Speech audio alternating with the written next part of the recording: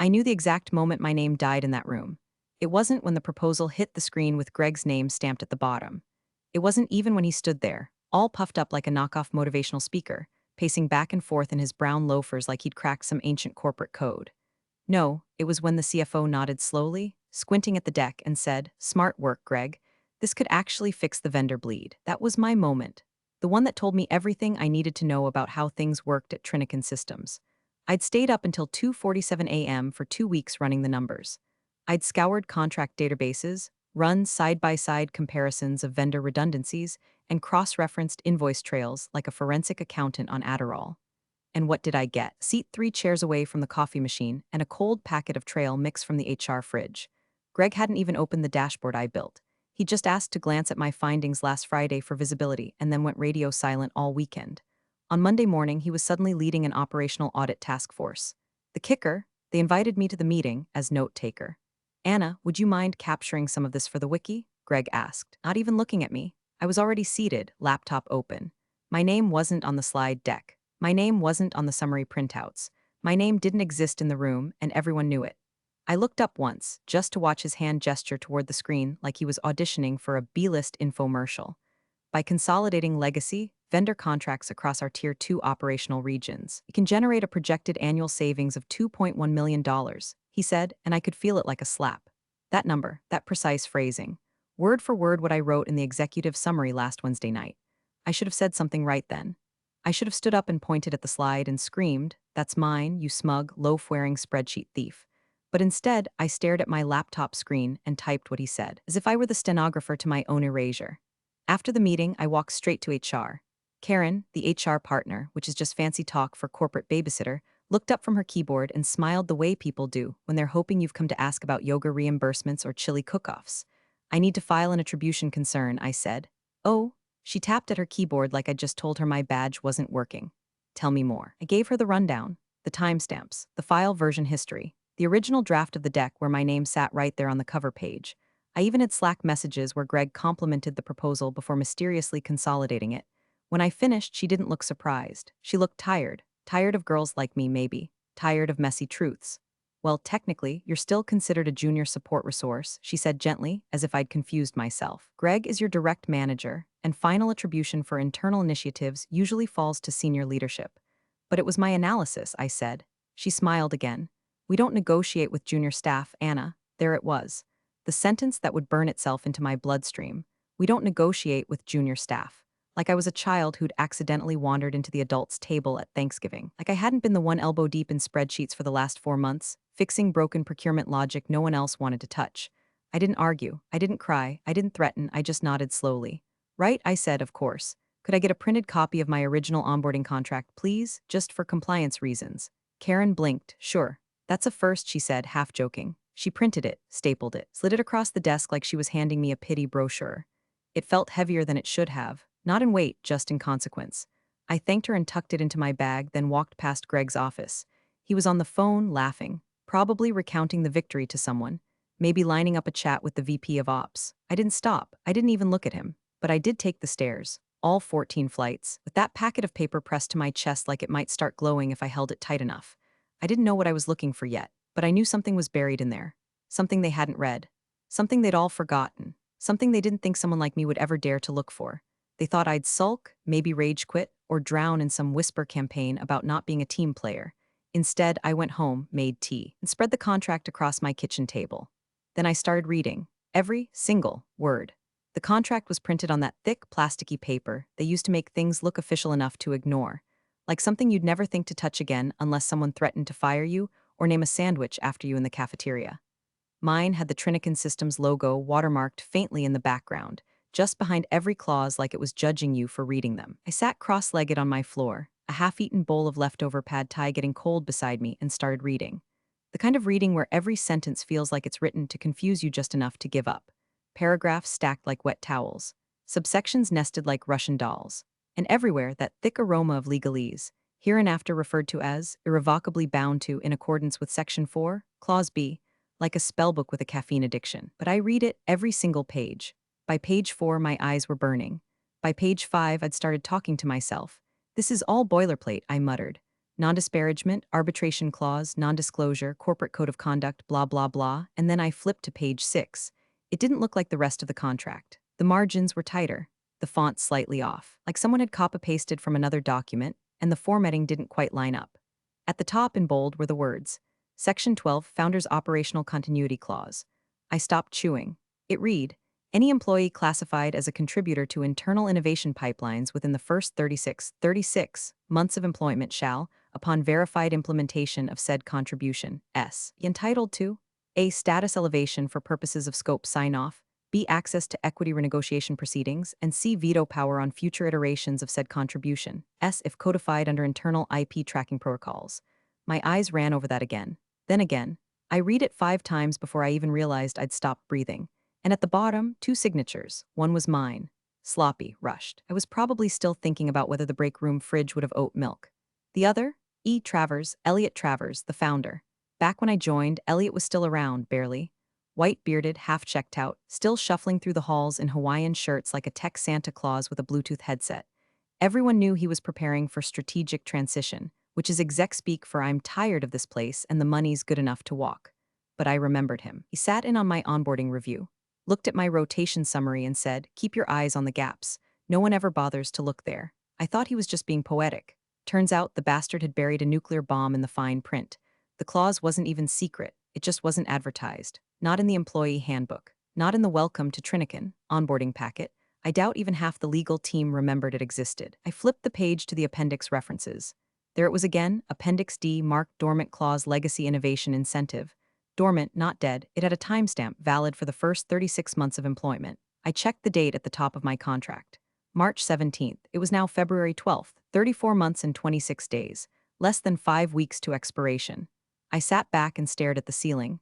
My proposal, the one Greg stole, had already been pushed live. Legal implementation, budget shifts, vendor terminations, the whole machine in motion. Meaning the clause had been triggered. Verified implementation of internal contribution. Tick. That meant I wasn't just the creator of the idea, they'd officially certified me as one, even if they didn't know it. My hands were shaking, but not from fear, from clarity. That sharp, awful kind that cuts through humiliation like a scalpel. Greg hadn't just stolen my work. By launching it, he'd unknowingly activated the exact clause that gave me power. In HR, they hadn't read it. Karen hadn't even blinked when she printed the contract. No flag, no alert, just a dumb smile and a stapler. I reached for my laptop and pulled up the original draft of the proposal, the one saved in my personal drive with version tracking intact. Timestamp changes. Slack messages cross-linked. Then I opened our internal document management system and downloaded the final approved rollout memo, authored by Greg, but containing my original diagrams. I compared the two, nearly identical. My formatting, my phrasing, my ROI projection graph, even the typo in the x-axis label. He hadn't even fixed the typo. God, I whispered, idiots. They buried gold and handed me the shovel. It wasn't rage, not yet. Rage is messy, loud. Bustable, what I felt was something colder, like a chess player seeing 10 moves ahead, like watching a storm roll in and realizing it's moving exactly where you need it to go. I stood up, walked to my printer, and printed a single clean page. Then I went back to the contract, traced the language with my finger, and copied the exact wording of Section 12C. And at the bottom of that page, I carefully reattached Elliot Travers' signature, scanned original from my onboarding folder. I slid the page into a new folder labeled Operational Continuity Renegotiation. Then I made tea, then I slept. And when I woke up, I smiled, because now, finally, I knew how this ended. The hardest part wasn't drafting the document. It wasn't choosing the language or referencing the right clause. I knew exactly what to write. I'd read that damn contract like it was scripture. Every comma mattered. Every subsection was a weapon if you read it with the right kind of spite. The hardest part was how calm I had to be while doing it. I wasn't allowed to look angry. Not online, not in Slack, not even in the hallway. I couldn't afford the kind of micro-expression that would alert the Gregs and Karens of the world that I was anything other than totally fine, just a little tired. They were like vultures, circling for weakness dressed in Ann Taylor. I waited until Friday. End of day, not because it was poetic, but because it was procedural. Every Friday, HR logged document submissions before the system wiped temp flags for the week. That meant mine would enter the stack silently. No alerts, no review queues, just a quiet paper trail sliding into the inbox of someone too hungover to read legalese until Monday. I printed the writer on the same type of paper Karen had used. Thick, with the watermark. I even borrowed her stapler that morning and handed it back like I was about to post a job ad for Team Mascot. The wording was surgically precise. Per Section 12C of the Founder's Operational Continuity Clause, effective March 17th, Year redacted. This rider confirms the triggering of renegotiation eligibility based on verified implementation of protected internal IP contributions, requesting elevation to eligible scope authority status and review of equity adjustment eligibility per contractual obligation. See attached documentation for reference. Signature attached for continuity. Anna G. Attachment. Original contract signature, E. Travers. I signed it at my kitchen table, black ink on cold white, hand steady as if I were mailing a wedding invitation to someone I planned to divorce. Then I opened the internal HR portal, one of those clunky SharePoint knockoffs with gray buttons and passive-aggressive tooltips, and submitted it to the contractual review folder under the role development category. Technically, I was requesting renegotiation. Legally, I was triggering a clause with built-in obligations, the kind no one bothers to look for until the consequences show up with a badge and an attorney. 10 minutes later, I got a response. Not from legal, not from a VP, from Karen, of course. The reply was short, sweet, and dripping with that HR-certified condescension you can't buy in stores. Hi, Anna, received. We'll add this to your personnel file. Love the enthusiasm, lol. Most staff wait until year 5 for renegotiation, but hey, gotta respect the energy. Cheers, Karen, I stared at the screen. Lol, she wrote, like I'd just submitted a Pinterest board of dream job titles. Like the founder's signature wasn't real. Like the clause didn't matter because I wasn't someone who mattered. They hadn't read it, not really, not past the first 2 lines. Probably thought it was one of those vague just-in-case career growth memos you send after attending a corporate mindfulness workshop. Perfect. I didn't respond. I didn't need to. They thought they'd seen the game, that I was bluffing with a low pair and a cute smile, but I wasn't playing poker. I was planting a landmine under the conference table. The moment she uploaded that PDF to my file without escalation, without routing it through legal, they triggered the trap themselves. Compliance protocols required a full review of any clause-based rider if it included legacy executive signatures.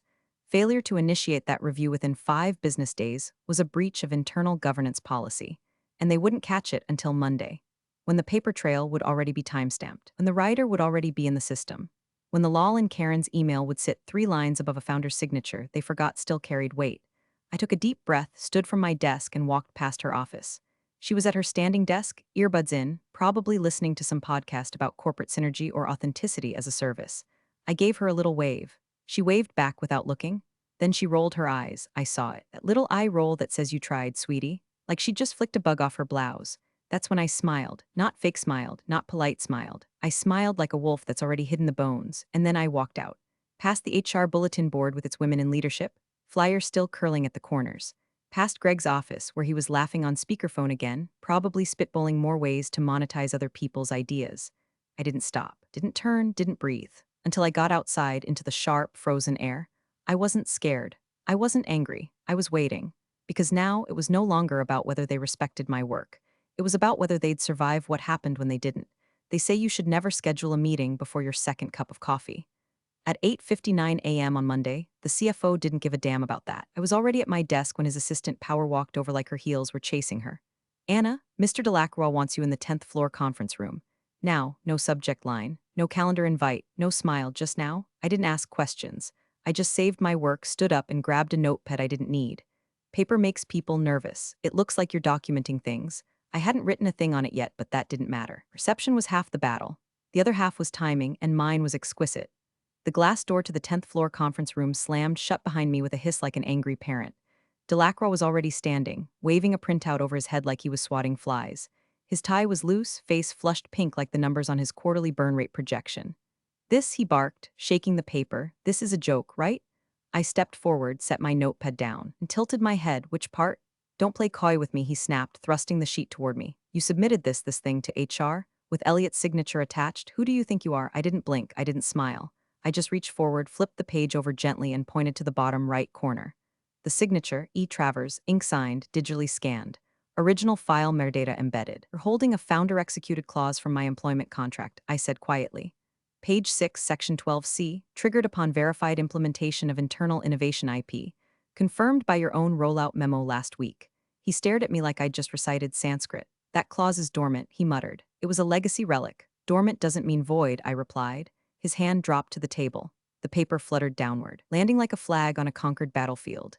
His eyes darted around the room as if looking for someone to back him up. That's when he barked toward the hallway, get legal, now. 2 minutes later, Jenna from compliance entered, buttoned up, hair taut, expression already exhausted. She carried a laptop and a clipboard which told me everything I needed to know. She'd been briefed on something, but not enough. Anna, hi, she said politely. So I understand there's a bit of confusion about a clause? Not confusion, I said, just a timeline issue. I submitted a legally enforceable rider under Section 12C of the Founders Clause. HR logged it into the personnel system on Friday. No escalation. That qualifies as acknowledgement. Delacroix jumped in, eyes twitching. She's a junior analyst. There are standard protocols. No junior-level staff has renegotiation rights, let alone project veto authority. This is a clear overstep, Jenna held up one finger. Delacroix shut up like someone pressed mute on his vocal cords. She sat down, opened her laptop, and pulled up the document. I knew when she found it because her face went still. Founders Clause, Section 12. Paragraph C, she murmured. Triggered by verified implementation? Eligible for renegotiation and scope sign-off. Veto rights on derivative initiatives. Her voice trailed off as she scrolled. Then she stopped and looked up. Who approved the rollout of her proposal? Delacroix looked at me, then at the ceiling, then at his shoes. I mean the operations team deemed it, so you implemented it? He didn't answer. Jenna clicked a few more times. And you attached her documentation in the Series C summary deck? We reused some material, which included her models. She's internal staff, which invokes attribution protection under Appendix D. She finished flatly, not even looking at him. She turned to me, cool and composed. Anna, did you submit supporting materials with this writer? Yes, I said. Original draft, timestamp metadata, Slack confirmations, version history. Everything Greg reused is logged. Delacroix groaned into his palm. Jenna's eyes didn't move. And was the founder's signature on your original employment contract? Yes, she sat back, exhaled slowly, and looked at HR. Karen had materialized during the last few minutes, standing awkwardly near the doorway like she hoped no one would notice she existed. Her arms were crossed so tightly I thought she might snap a rib. I assumed it was symbolic, Karen said weakly. A morale clause, we've never enforced that one.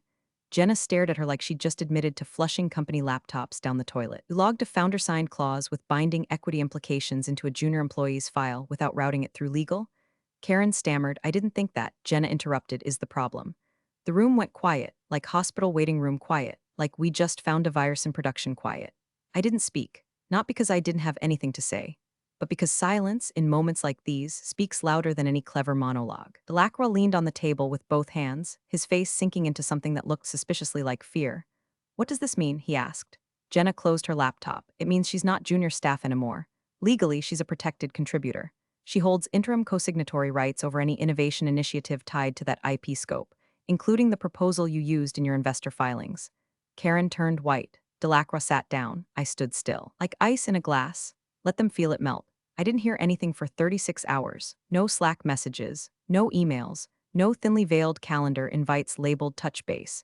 Just a humming silence from the executive floor, as if the building itself had taken a breath and didn't know how to exhale. It was beautiful. Tuesday came and went. I spent it buried in vendor compliance logs, pretending like I hadn't just detonated a legacy clause that made the CFO look like he'd rubber-stamped a poison pill into an investor pitch. I stayed late, took notes, made sure to comment on 2 Jira tickets, and even brought donuts for the floor on Wednesday morning. That's when they blinked. At 10:14 a.m., a meeting mysteriously appeared on my calendar. No organizer, no details, just the subject line, Career Alignment Discussion Ops/HR. Clicked it open. Location, Conference Room 7A, time, 11 o'clock a.m. Attendees, Karen from HR, Greg of course, and someone I didn't recognize, T. Robbins, Strategic Counsel. I knew the name, Internal Legal. The kind they send when things are going off the rails but they don't want it to look like a full evacuation yet.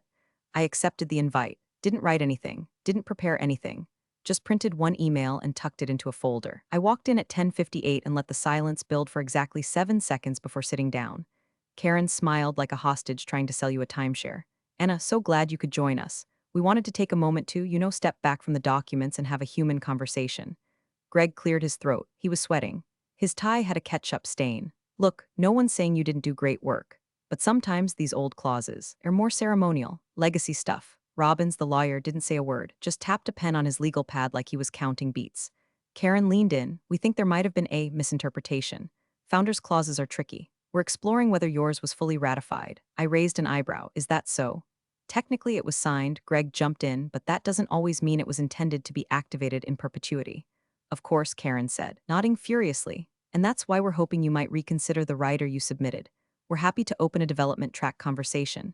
Maybe something like an internal fellowship, with Greg as your sponsor. Greg smiled like he was being knighted with a broken broom handle. And of course, Karen added, we're offering a generous incentive package, discretionary equity, soft exit options if that's your preference. You'd retain credit for your work, and we all walk away happy. That's when I opened the folder. Before we get into offers, I said, laying the page gently in front of Robin's, you'll want to review this. It was an email, dated 33 months ago, sent from Elliot Travers to me, CCing two now retired execs. Subject, onboarding summary Anna G. The body was short. Anna, your work identifying operational redundancies during your rotation was sharp. The vendor matrix alone saved us 6 figures last quarter. That's real innovation. We'll be watching your path closely. E.T. Beneath it in all its time-stamped glory was a PDF attachment. Anna G. Onboarding Rotation Summary PDF. Robbins took the paper, read it twice, then slid it silently into his folder. Greg's face had gone a shade of gray normally reserved for freezer burn. Karen was already blinking like she was trying to dislodge a memory. I believe, I said, that qualifies as recognition of contribution during the protected window. And since the current project iteration is based on those same contributions, I didn't finish the sentence. Robbins did, quietly. She holds standing. Karen looked at him, panicked. But what about jurisdictional layering? Can't we nullify the rider based on non-contemporaneous triggering? Not if the original clause was executed by the founder, Robbins said, which it was. Greg leaned forward, voice cracking. So she can what? Cancel projects now? I folded my hands, only the ones based on stolen work. Silence. Robbins cleared his throat. We'll update the board accordingly. Anna, thank you for your time. I stood slowly, nodded once and left. No mic drop, no clever line. Just the quiet of someone who knew the difference between a request and a right. By Thursday, legal had filed an internal advisory notice to the board. Section 12, C of the Founders Clause, is binding and enforceable.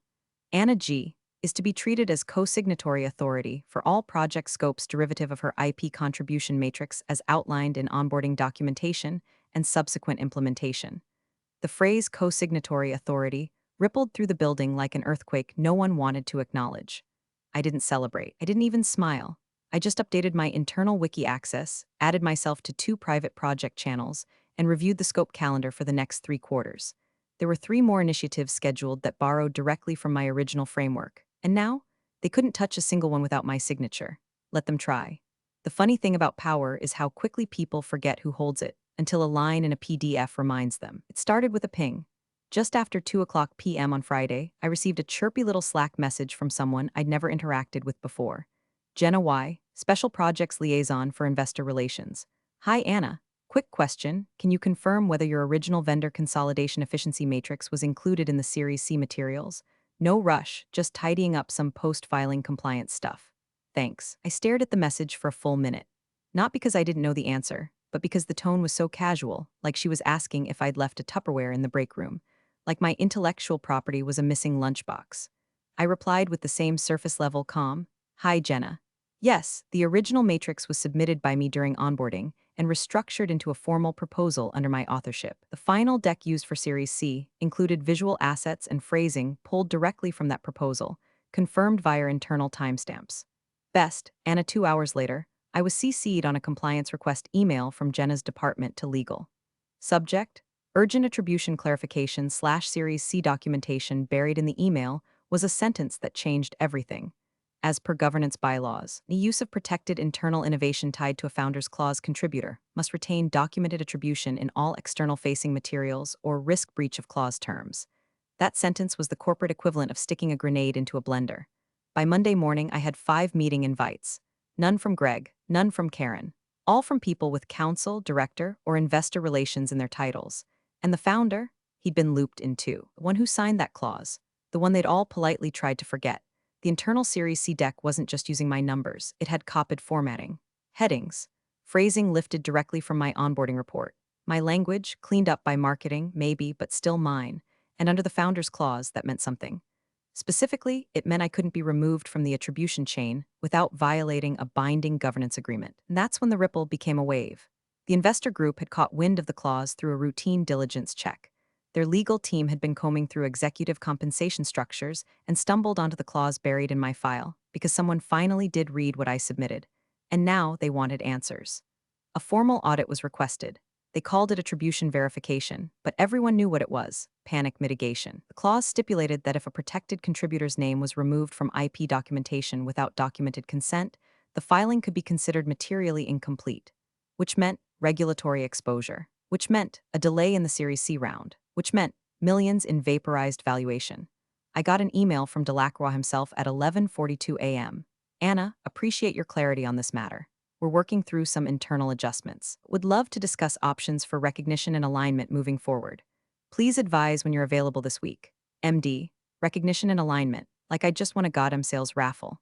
That afternoon, I walked into a hastily assembled working group debrief with legal, investor relations, and two people from strategic ops who looked like they'd rather be cleaning crime scenes.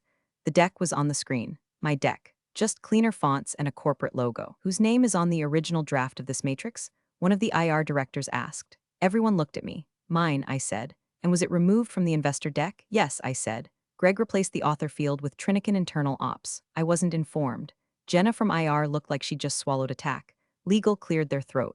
The clause specifies that removal of attribution without consent constitutes a material governance breach. And that breach, if not corrected, triggers what? One of the directors asked. A reclassification of the deck as non-compliant, legal replied. The room went very still, because that word non-compliant meant the filings had to be amended, which meant re-signing things, which meant revisiting timelines, which meant calling back investors who'd already popped the champagne. It meant egg, everywhere, on every face. We can correct the attribution, someone said. Just add her name retroactively, not enough. Legal snapped. She also qualifies for co-signatory rights on iterations derived from her contribution. More silence. And if she declines, the director asked. Everyone looked at me again. I said nothing. Just folded my hands and stared at the screen.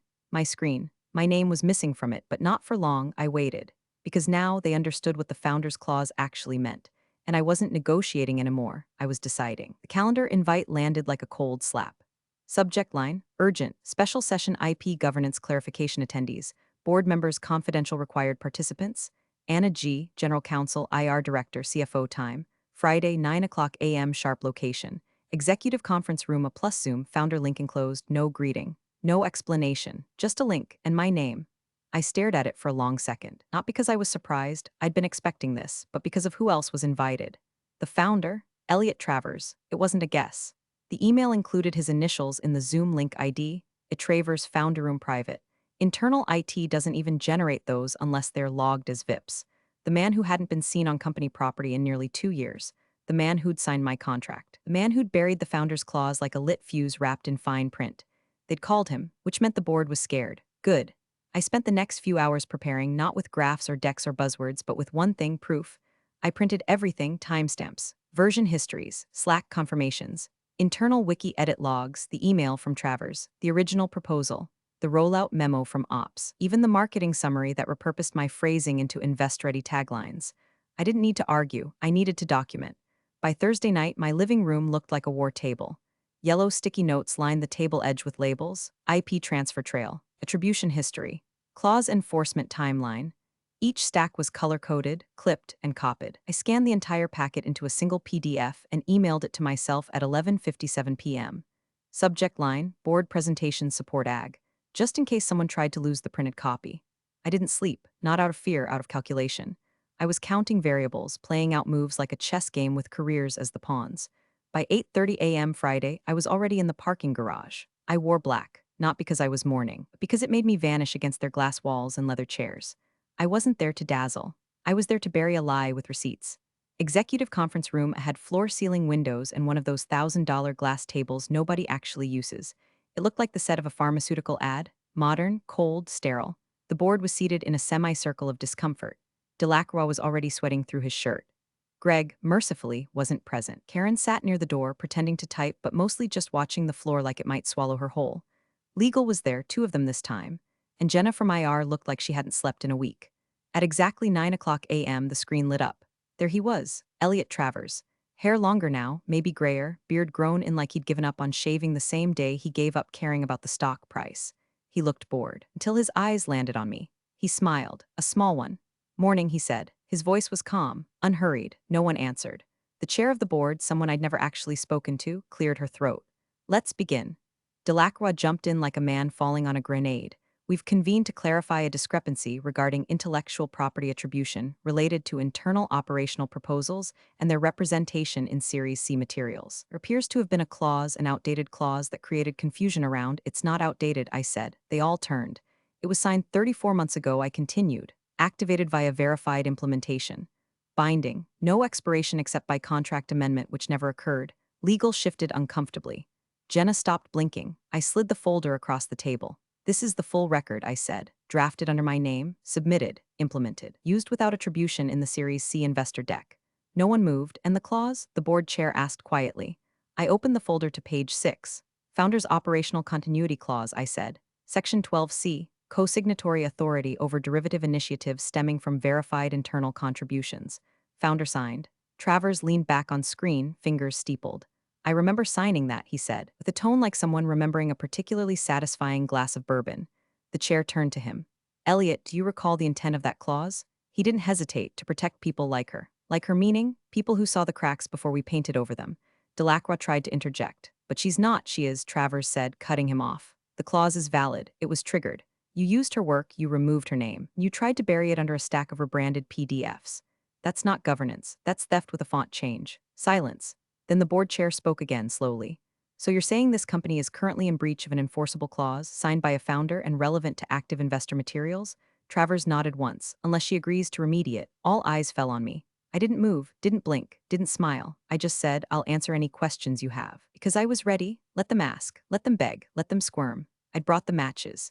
Now they could choose whether we lit candles or burned it all down. The clause hit harder when spoken out loud.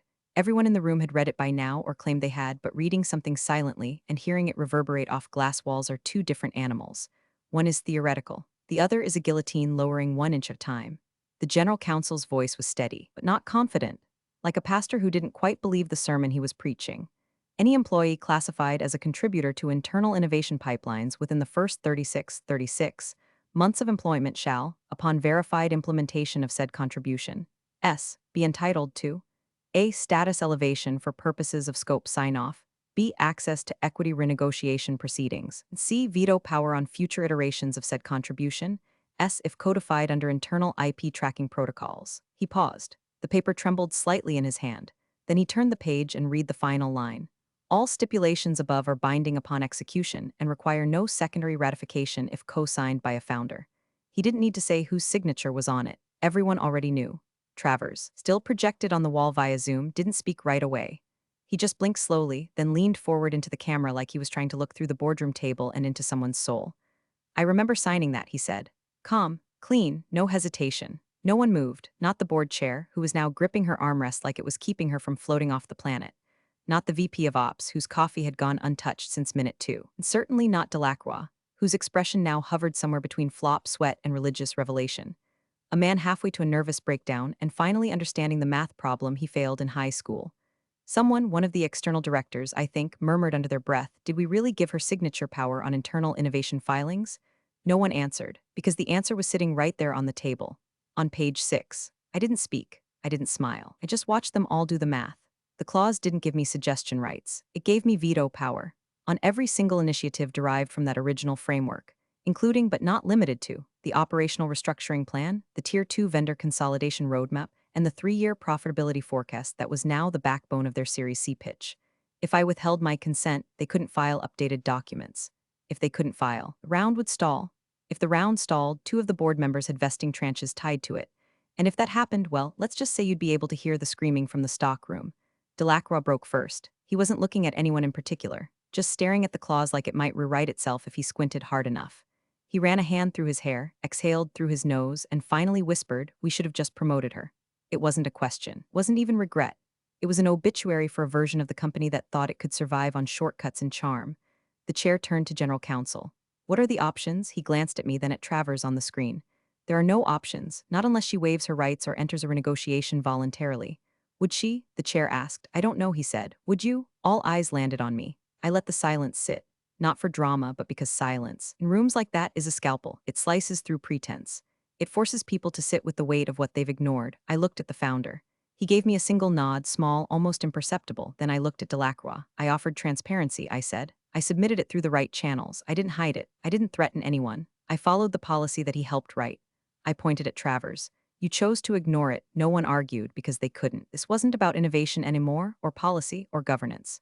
This was about a mistake with a signature at the bottom. Their mistake, and I was the signature.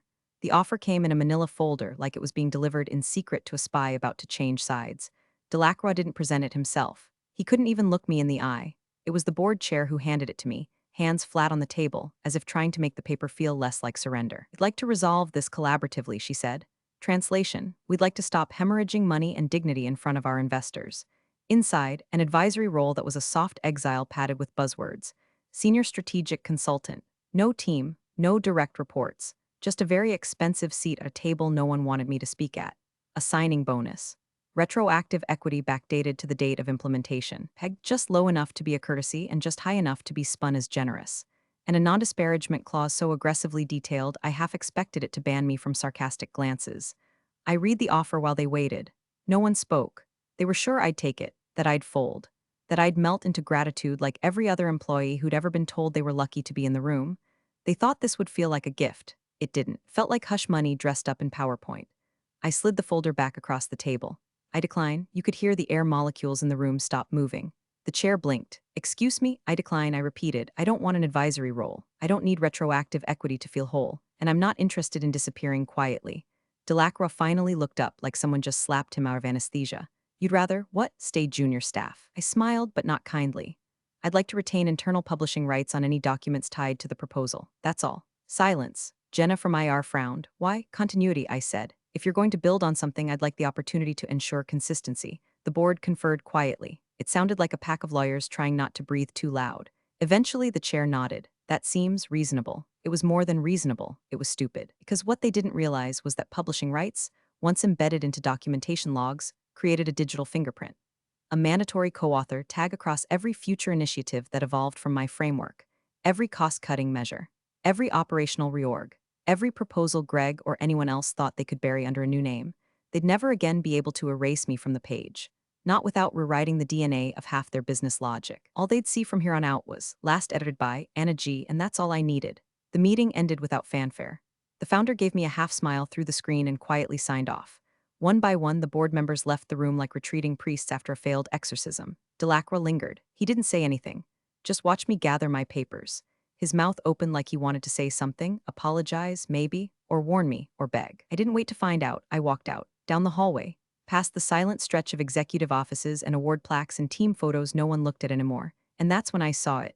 In the CFO's office, behind the glass, the original page from my contract. Page 6. Framed, hung right above a bookshelf full of corporate strategy books no one had opened since the merger. And beneath the frame, taped with yellow adhesive like a middle school locker note, read everything. I stopped, just for a second, then kept walking.